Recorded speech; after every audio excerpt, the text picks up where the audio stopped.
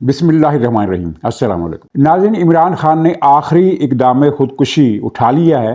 اور اس کے نتائج اور عواقب کیا ہوں گے اور اس دوران عمران خان کی مطالبات میں کیا شفٹ آیا ہے، اور اس پر ساری بحث کرنے کے علاوہ قومی حکومت کا جو ایک ڈھکوسلا بڑی کامیابی سے میڈیا پر چلایا جا رہا ہے کہ 6 مہینے کے اندر یہ حکومت بن جائے گی، شہباز شریف صاحب کو جھنڈی کرا دی جائے گی اور بلاول بھٹو اگلے وزیر اعظم ہوں گے، اس کی تفصیل اور پھر پنجاب میں عوام کا موڈ کیا ہے اس پر بات ہوگی، اور اگر وقت بچا تو شام کی صورتحال پر کچھ تازہ ترین خبریں اور بہت ہی اہم واقعات کہ کس طرح مشرقی شام بھی اب بشار الاسد کے شکنجے سے نکلنا شروع ہو گیا ہے۔ کئی شہروں پر قبضہ ہو گیا، جن میں سب سے اہم دیر الزور کا شہر ہے جو بڑے طویل عرصے سے ان کے پاس چلا آ رہا ہے اور جس پر قبضہ جمائے رکھنا ان کے لیے عراق کی طرف سے آنے والی رسد کا رستہ کھلے رکھنے کے لیے بہت اہم تھا۔ اس پر بھی مختصر بات ہوگی، ویسے خلاصہ میں نے اس کا بیان کر دیا، 2-3 چیزیں اس میں اور ہیں، وہ اگر وقت ہوا تو ان میں بات ہوں گی۔ ناظرین، اقدام خودکشی یعنی یہ جو عمران خان نے ایک ڈیڈ لائن دی ہے کہ 12 دسمبر تک ہمارے مطالبات منظور نہ ہوئے تو ہم سول نافرمانی کی تحریک چلائیں گے اور بیرون ملک پاکستانی سے کہیں گے کہ وہ ترسیلات زر بند کر دیں، پاکستان کو رقم بھیجنا بند کر دیں۔ ان 2 مطالبات کا پنجاب کے اور خاص طور پر پنجاب کے اور باقی ملک کے عوام پر جو اثر پڑا ہے وہ منفی ہے پی ٹی آئی کے لیے، اور پنجاب میں جہاں پہلے ہی عمران خان کی پارٹی کے لیے ایک قسم کی قبر کھدی ہوئی ہے، اس قبر کی گہرائی میں مزید اضافہ ہو جائے گا۔ لیکن ایک بات جس پر وہ غور نہیں کیا جا رہا وہ یہ ہے کہ اس نے 26ویں ترمیم کی واپسی اور 180 سیٹوں واپس کیے جانے کے حوالے سے جو مطالبات کیے تھے، الیکشن چوری ہوا تھا، وہ سیٹیں ہمیں واپس کی جائیں، یہ 2 جو ان کے بنیادی مطالبات تھے عمران خان کے، ان پر سے اس کا شفٹ ہٹ گیا ہے، اور اب جو نئے مطالبات ہیں ان میں ان دونوں کا ذکر نہیں ہے، یعنی کہ ایک حوالے سے عمران خان نے اپنی پسپائی اپنے ہاتھوں کرتے ہوئے اس کا اعتراف کر لیا ہے کہ وہ 2 مطالبات ناقابل عمل ہیں۔ اب جو مطالبات کیے ہیں وہ ایک تو یہ ہے کہ وہ جو 26 نومبر کے لانگ مارچ کے موقع پر جو ان کے الفاظ میں قتل عام ہوا ہے اس کی تحقیقات کی جائے اور جو افراد گرفتار ہیں ان کو رہا کیا جائے، اور اگر 12 تاریخ تک یہ نہیں ہوتا تو یہ پھر ہم کال دیں گے، اور 13 تاریخ کو انہوں نے پشاور میں جلسہ کرنا، اور اس پشاور کے جلسے کے بارے میں کچھ رپورٹیں ہیں کہ پختون کارڈ پوری قوت سے استعمال کیا جائے گا، پنجاب کو گالیاں دی جائیں گی، اور پی ٹی آئی کے اینکر پرسنز اور ان کے سوشل میڈیا کے جو پاکستان میں لوگ ایکٹیو ہیں جن پر حکومت پاکستان کی کوئی نظر ہی نہیں ہے، وہ مسلسل پختون کارڈ کھیل رہے ہیں اور پختون صوبے کے اندر پنجاب کے خلاف نفرت کو ہوا دے رہے ہیں کہ پنجاب میں اور اسلام آباد میں پختونوں کے ساتھ بہت ظلم ہو رہا ہے، عام پختونوں کو پکڑ کر ڈالوں میں بند کر کے جیل میں لے جایا جا رہا ہے، ان کی بے عزتی کی جاتی ہے، ان کو گالیاں دی جاتی ہیں۔ تو یہ سارا ایجنڈا جو ہے پشاور کے جلسے میں دہرایا جائے گا اور پوری قوت سے پشتون پنجاب یہ نفرت کی دراڑ وسیع کی جائے گی، بلکہ پورے پاکستان کے خلاف پشتونوں کو صف آرا کرنے کی کوشش کی جائے گی۔ دراصل 26 نومبر کو جو ان کو شکست ہوئی ہے اسلام آباد میں، وہ اتنی بڑی شکست ہے کہ اس کے صدمے سے پی ٹی آئی وہ نکل نہیں سکتی، اس لیے عمران خان کے ذہنی اعصاب جو ہیں، دماغی اعصاب، وہ جواب دے گئے، اور اس نے یہ احمقانہ فیصلہ کیا ہے، لیکن اس نے یہ نہیں سوچا کہ یہ اس کے لیے کتنا خطرناک ثابت ہو سکتا ہے۔ وہ پہلے ہی خطرات میں گھرا ہوا ہے اور 12 دسمبر سے پہلے ہی کچھ اہم فیصلے آ سکتے ہیں، اور لیکن ان معاملات کے بعد